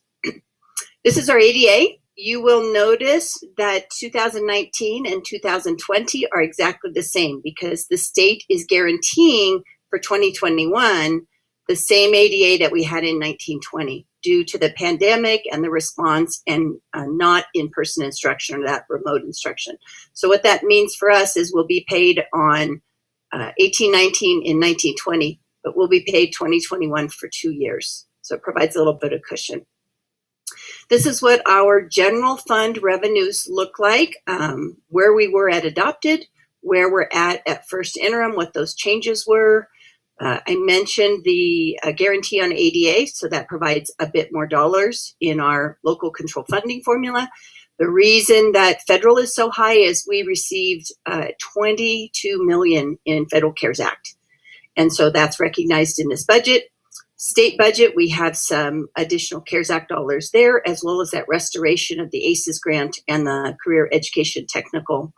Local is in different areas. We have some additional SPED special education dollars. We got a local CARES Act grant from the city of Riverside.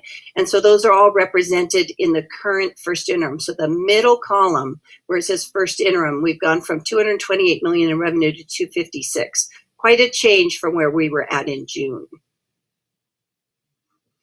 This is just a graphical presentation of how those dollars look. Exact same information that was just on the slide previous, but in a pie chart. So you see the amount of dollars that we receive for student attendance, which is what that local control funding formula dollars are a direct relation from. Coronavirus or CARES Act. This is just a chart to let you know what pots of money we've received. So a grand total of 25 million. We are currently only budgeting 3 of those pots because they are the ones that need to be spent the soonest. So we have a December 30th, 2020 deadline for our largest pot, which is the 17.7 million. Another June deadline for the 1.6, and then the rest of them are in September or no deadline, but a grand total of 25 million. How we have spent those dollars is we have hired 16 new educators to staff our virtual academy. As a response to COVID and as parents and families decided if they wanted to go hybrid or virtual, we were able to have the dollars to bring in those new educators. We have bought Chromebooks for our students, laptops for our educators, technology software. Many of our educators that are working from home have dual monitors, triple monitors, headsets, all of the information that they needed, as well as software and digital instructional materials. Pretty much we've had the funding to do anything that they have asked for. So it's been a very good situation for us. We have provided a lot of support towards providing a safe instructional environment when we do come back to in-person instruction. Personal protection equipment for our educators and our children, as well as providing safety barriers for our teachers, our students, classroom air scrubbers, handless water fountains, signage. All of those will be available when we do return to in-person instruction. We've had professional development and stipends specifically related to distance learning. Student connectivity, support to child nutrition, all of those things, we've had the funding of that 22 million to be able to do for CARES Act.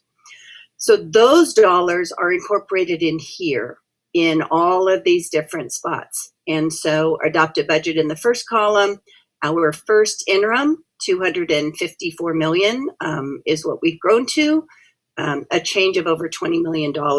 CARES Act is a very large portion of those dollars. This is just a graphical representation by object code, that salaries, books, supplies, all of those kind of definitions that those numbers that are near and dear to my heart, but just to show you what percentage we spend on all of those dollars. This, however, I think represents our budget a little bit better. It tells us where we're putting our efforts. And so instruction and instructional support is 76% of our total general fund expenditures. Those are going to be all of those teachers that we talked about, all the Chromebooks and all of those kind of things. Pupil services, adding that in, those are your counselors and your child nutrition services and those additional people.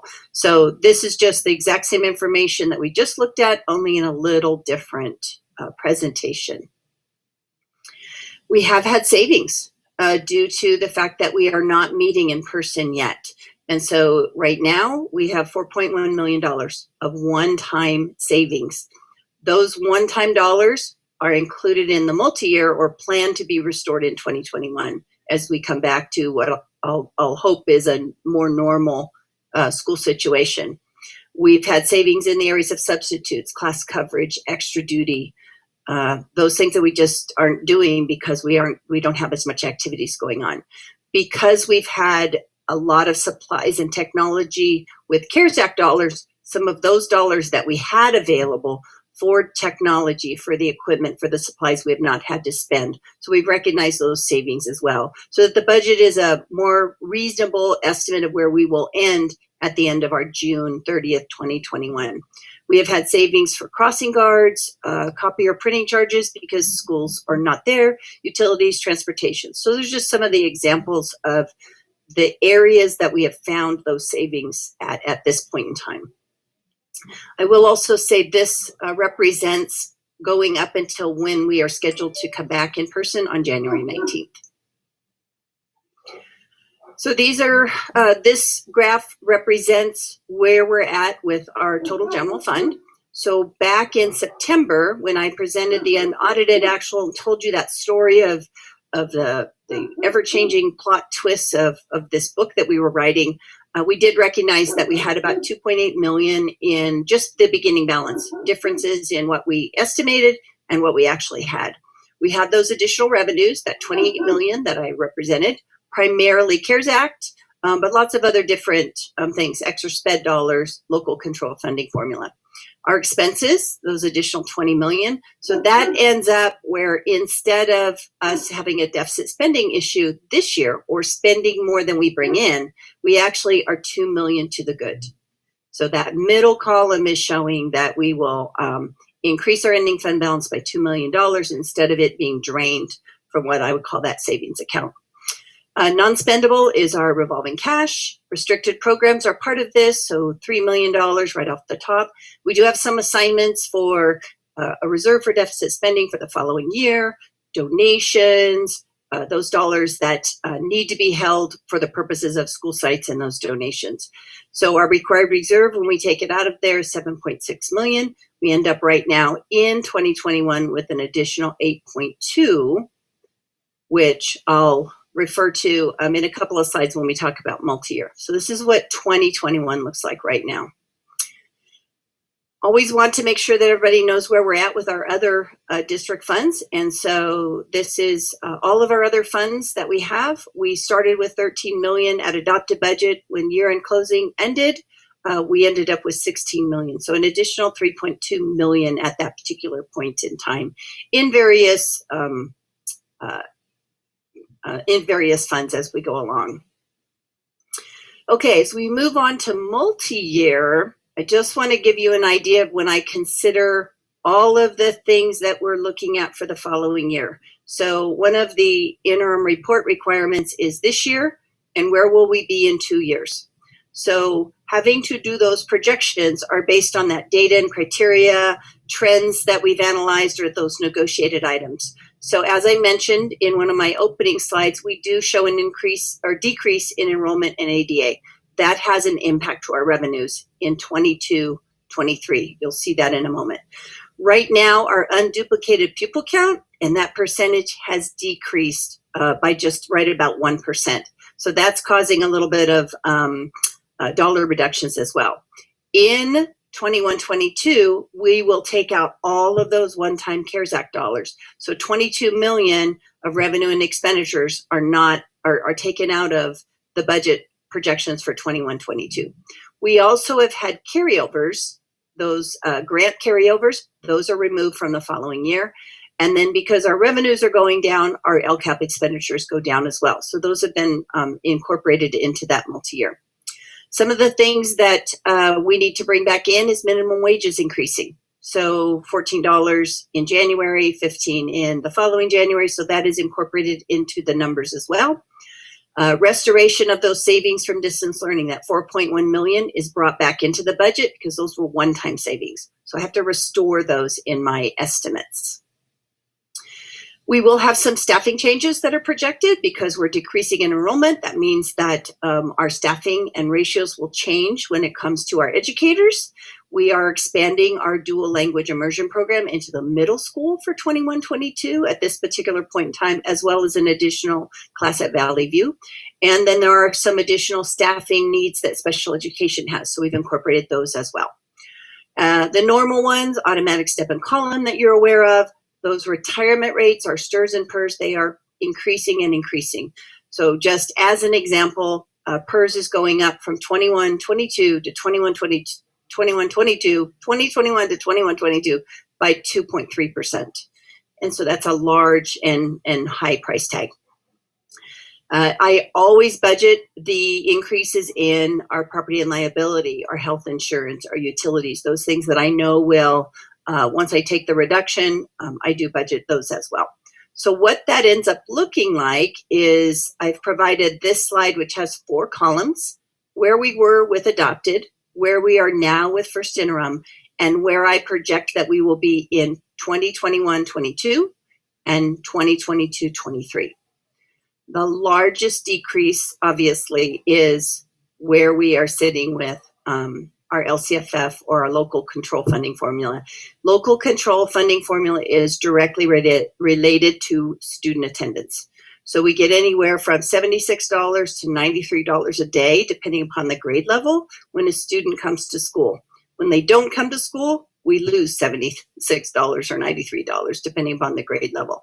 So in 22-23 is where we will be experiencing about an 800 ADA and enrollment loss based on the projections right now. The federal revenues from 2021 moving forward has those CARES Act dollars and any carryovers removed from them. Same thing happens at our state level as well as local level. So those are our projected revenues at this point in time. Our expenditures by normal category, what you expect to see, those certificated salaries, classified, all of those. We have the same thing. So we experienced the first interim report, which I went over. Here's what these increases were. And then in the following year, we apply those assumptions that I just shared, the automatic step and column, the reduction in the teacher staffing based on enrollment, the restoration of those one-time savings from this year are all incorporated into our 2021-22 year and 2022-23 year. So this is where, once we apply all of that data, criteria, the trends, the patterns that we've seen, this is where we are at. And so we started at adopted budget, having just a little over what our 3% is. We are in much better shape right now, but unfortunately in 21-22, we start using up those dollars by deficit spending $4.4 million. And when we go out to 22-23, because of that severe drop in attendance that the state is applying at that point in time, our deficit spending increases greatly. So we go from having those extra dollars in this year to not having them in just 2 years, where we end up with, unfortunately, a negative of $7 million. Based on that particular slide, then we apply this certification. Will we meet our financial obligations for 2021, 21-22, 22-23? Are we going to meet them, or maybe we will not? And that's a qualified certification. If we know we're unable to meet them, then that would be a negative qualification or a negative certification. I am recommending a qualified certification at this point in time for 2021 for the first interim report, as we continue to work on addressing that deficit spending pattern and working on what budget reductions might look like for that $7 million or almost $8 million deficit currently projected in 2022-23. Next steps, board action tonight on the first interim, also on the budget overview for parents, which I'll be sharing in just a few minutes. In January, we will receive the governor's proposed state budget. It will let us know if there's any changes for 21-22, but also 2021, but also 21-22. In February, you will receive a presentation from our external auditors on our audit report for 19-20. I will bring back that second certification in March of 2021 for the second interim report. In May, we will know any revisions to the January governor's budget. And then in June, all things being back to normal, we will present the LCAP and the adopted budget for next school year. Can I answer any questions? Dusty, can you go back? I think it's 3 slides. Sure. Here? There, yeah. Different one? Okay. No, that's it. On the unassigned or unappropriated, for this year, we're going to have an 8.2 million above the 3% reserve. Correct. So we're somewhere around 6.5%. Correct. And we get to next year, we're at 0. It's all gone. It is gone because I have included it in the assignments, holding it for the deficit spending. That's why that went up so much compared to the previous year? Correct. Okay. So this 6.4 has 5.2 million to offset this negative spending. This 10 million is about 9 million to try and offset the deficit spending projected in 22-23. Okay. And so even with that, we're still going to be 7.2 based short? on current projections right now, yes. I'm somehow not following it. If we have 7.1 in 22-23, isn't that about 3%? It is, but you'll notice this 10 million assignment is only down to 800,000. It goes away with this deficit spending because we haven't addressed, as we've had increased retirement costs, the step in column, those increases to just our normal contracts and insurance. We haven't addressed as a district yet what those reductions or how we would change our educational program yet, officially. Okay. Is there anything that you know of now that could make a drastic change in our budget that you really can't do because we're not sure it'll happen? So depending upon when we come back to in-person instruction, that will make a big difference.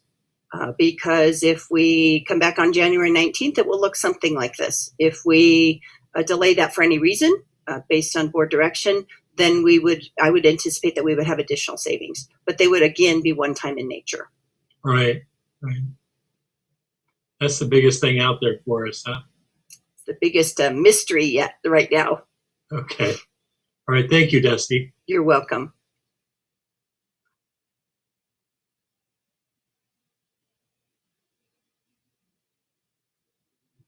Anyone else have questions for Dusty?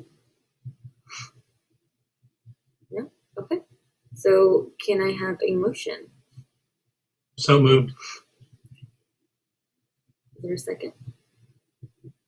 I'll second. First and second. Any discussion?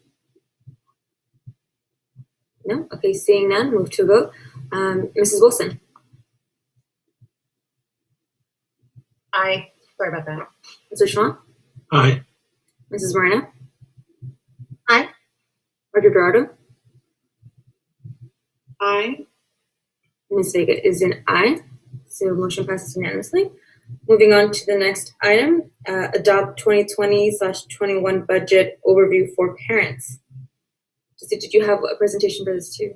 I do. It's probably about 10 minutes. And so with your permission, I'll go ahead and present that. Okay.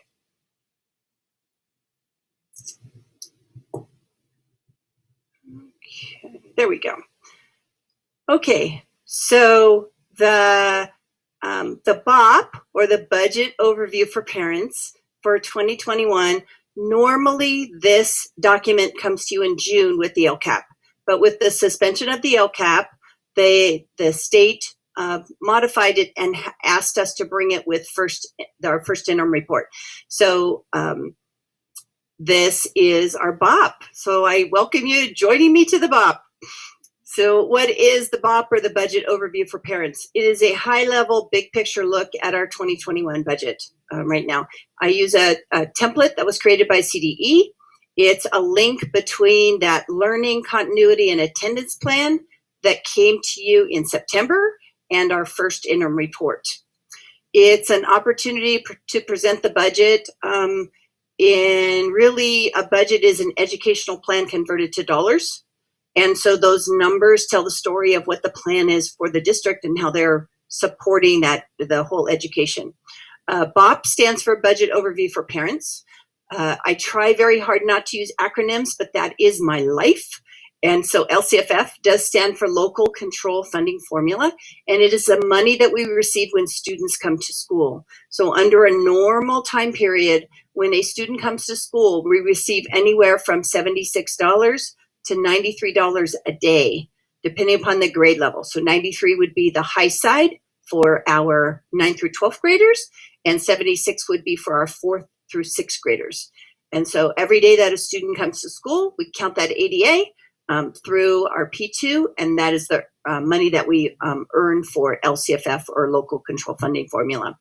The LCP, or the Learning Continuity Attendance Plan, replaced the LCAP. That LCAP stands for Local Control and Accountability Plan.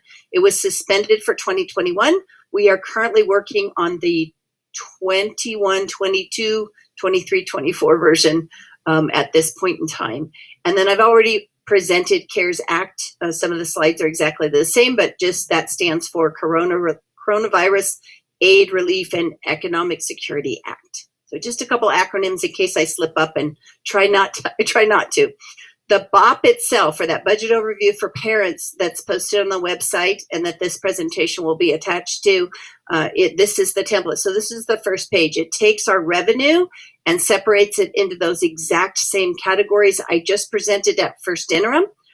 The federal dollars are separated from the CARES Act and then other, so 22 million and the 11 million. And then it takes the LCFF dollars, or those Local Control Funding Formula dollars, separates them between the LCAP, or the Supplemental Concentration dollars, and the other, which we might classify as being base dollars. So that's what the BOP looks like as a first page. This is the same slide that I used at first interim, except it separates it by unrestricted and restricted, just to give you an idea of the difference between those two particular. Still are $256 million based on first interim report at this point in time. Same slide for CARES Act dollars, or coronavirus relief, so I won't go through those again. This is the second page of the LCFF Budget Overview for Parents, and it talks about the dollar amounts that we have in our Learning Continuity Plan and what we've budgeted for those high needs students. So when you combine those together, we've got 34 million that's out there, just identified as what would have been the equivalent of the 10 million is part of what we would have normally had as the LCAP. And then the continuity plan specifically addresses the response to the pandemic and the COVID-19 situation. Our learning continuity and attendance plan was approved by the board on the 24th. It is a requirement to approve that in order for us to get that 25 million for CARES Act. So I thank you very much for doing that. And then these are the planned expenditures that we had in that learning continuity attendance plan with those CARES Act dollars. So kind of outlines what those were at the time. This is just part of the narrative out of that exact same document that talks about the plans for the spending, where we're at, what actions they're being tied to in that learning continuity plan. And so it's just a little bit of narrative piece of that. This is an overview of the general fund expenditures outlined with unrestricted, restricted, and total. I have combined all of the salary and benefits into a single line, just so that it was just easier to address it in that particular point in time. But we're still looking at the $254 million that we had in the first interim. Outline of where we're supporting our educational programs. That's direct instruction, 66%, our instructional support, pupil services, our counselors, those extracurricular, maintenance, and district administration. One of the last pages that just talks about actual expenditures versus the LCAP in 1920. We did have some savings. Again, when we closed schools, there were a lot of things that we were not able to continue to do. So last year in 2019-20, we did have some savings in our supplemental concentration or our LCAP dollars. This page outlines what those savings were. And then this is just a narrative that talks about the fact that we did not return to in-person instruction. So steps taken for the budget overview for parents. I did present the first draft of this, both to the District English Learners Advisory Committee, or the DLAC, or the Parent Advisory Committee, or the PAC, on October 20th. We took the month of November to finish up with preparing our first interim, revised the budget overview for parents, not a lot of changes, and then of course we're here for board action to adopt the presentation, or the LCFF budget overview for parents this evening.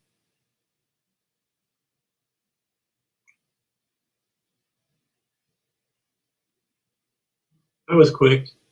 I tried. It's getting late. And this presentation will also be posted on the website. Any questions for Dusty? Okay. Can I have a motion? So moved. Second. Anybody? I'll second. Okay. First and second. Any discussion? No? Okay. So move to vote. Mrs. Wilson? Aye. Mr. Schwant? Aye. Mrs. Moreno? Aye. Dr. Dorado? Aye. And Ms. Vega is an aye. So motion passes unanimously. On to the next. Educational services. So 11E1, adoption of local control and accountability plan, federal addendum. And there wasn't any presentation of this, right? No. No. Okay. All right. So can I have a motion? So moved. So, Okay. second. Yeah. Okay. Any discussion? No? Okay. Call for vote. Mrs. Wilson? Aye. Mr. Schwant? Aye. Mrs. Moreno? Aye. Dr. Dorado? Aye. And Ms. Vega is an aye. Motion passes unanimously. On to 11E2, review proposed revisions to board policies and administrative regulations, and we'll be waiving the second reading. Can I have a motion? So moved. Second. Yeah, okay, first and second. Any discussion? No? Okay. Let's vote. Mrs. Wilson? Aye. Mr. Schwant? Aye. Mrs. Moreno? Aye. Dr. Dorado? Aye. Ms. Vega is an aye. On to human resources, 11F1, approved personnel order number 09-2020-2021. Can I have a motion? So moved. I'll second. Second. Okay, first and second. Is there any discussion? No? Okay. Okay, for vote. Mrs. Wilson? Aye. Mr. Schwant? Aye. Mrs. Moreno? Aye. Dr. Dorado? Aye. And Ms. Vega is an aye. Motion passes. On to 11F2, review proposed revisions to board policies and administrative regulations. So we have a lot. We're going to waive the second reading. Can I have a motion? So moved. Second. Okay, first and second. Any discussion? No? Okay. Let's go to vote. Mrs. Wilson? Aye. Mr. Schwant? Aye. Mrs. Marino? Aye. Dr. Dorado? Aye. And Ms. Vega is an aye. So motion passes. On to our next item. Agenda items for future board meetings. Does anyone have anything? Not right now. Okay. And okay, so Superintendent Musrina, you wanted your comments at the end. So yes, go ahead.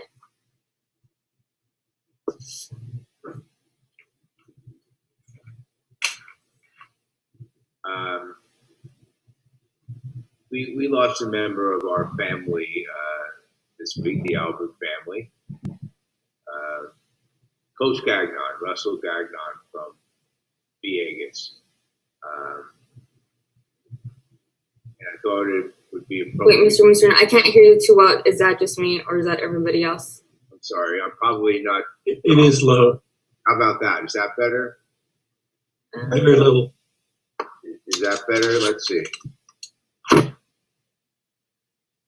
Oh, now, is that better? Yes. Okay, I apologize for that. We lost Russell Gagnon this week, a member of the Viegas staff and of course, a member of the Alvord family. And I asked Kristen, who's been communicating with his wife, Becky, and their twins, if it'd be okay to share some of the wonderful things that people have said about it, particularly his students, the children. And I thought that would be a great way for us to adjourn tonight in memory of this, by all accounts, wonderful person. Mr. Gagnon was a very good guy, and I liked that he laughed at his own jokes. He would always be in a good mood. He always said good morning when class started, and he was a great BE teacher, too.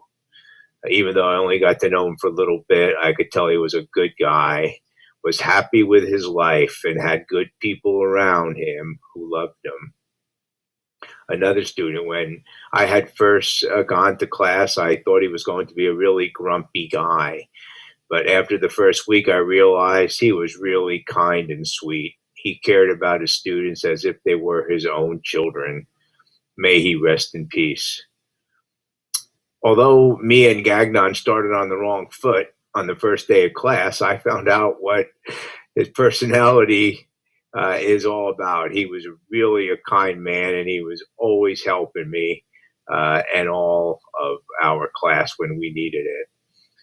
Thank you, Coach Gagnon, for being my coach in grade 6. I'm very grateful that you were there for me because you're so kind and very sweet. The memory I love most was when you taught us how to play golf. I remember going to PE last year and hoping we didn't have a substitute. He was really one of the best coaches ever. I remember he always used to play music to start class and give us extra time to play around and get homework done. He also had us do funny warm-ups that always made me laugh. I even made him a memorial in Minecraft. May he rest in peace. Coach Gagnon was always so kind and friendly. Since my time at Viegas as a counselor, he would come to me asking if he could bless a couple of students around the holidays. He said to pick a girl and a boy, and then would drop off a very generous secret Santa gift. He wanted to remain anonymous. I was so lifted by his big heart and appreciated how much he cared for our students. He didn't get to see when the students would open their gifts, but I did.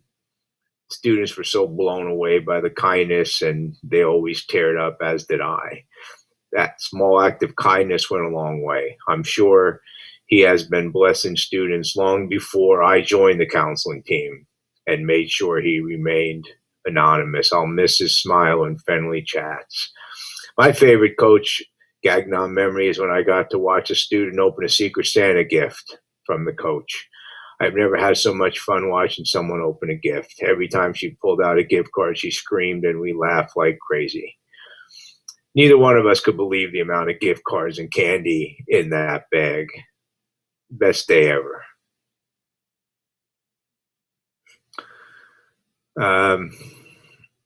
We're living in this incredible period, death, devastation around us, so many people suffering in so many ways. I hope that lifts everyone's spirits, even though I realize that words really can't comfort those who are suffering in ways that are measurable today. Madam President, thank you for the privilege of me able to share those comments. To all of my fellow governance team members and members of the Alvord Unified School District, this has been one heck of a year so far. But we're halfway through, and we're going to stick together and get through the rest of this. And if we stay together along with our families, our children, we could do this. We could get through this, and when we look back upon it, recognize that we are all better people and a better organization as a result of it. With that, Madam President, thank you, and God bless everyone. Happy holidays. Thank you, Dr. Masurino. Thank you for sharing those memories. It's always a sad day when Alvord loses a part or a member of our family. But thank you for sharing. They'll always stay in our hearts and in our memories, and that's how they will live on. Again, thank you. And so that ends our meeting for today. We will be adjourning to closed session, and there will be no readout. And see you all next year. Thank you for being here. Good job, Zeb.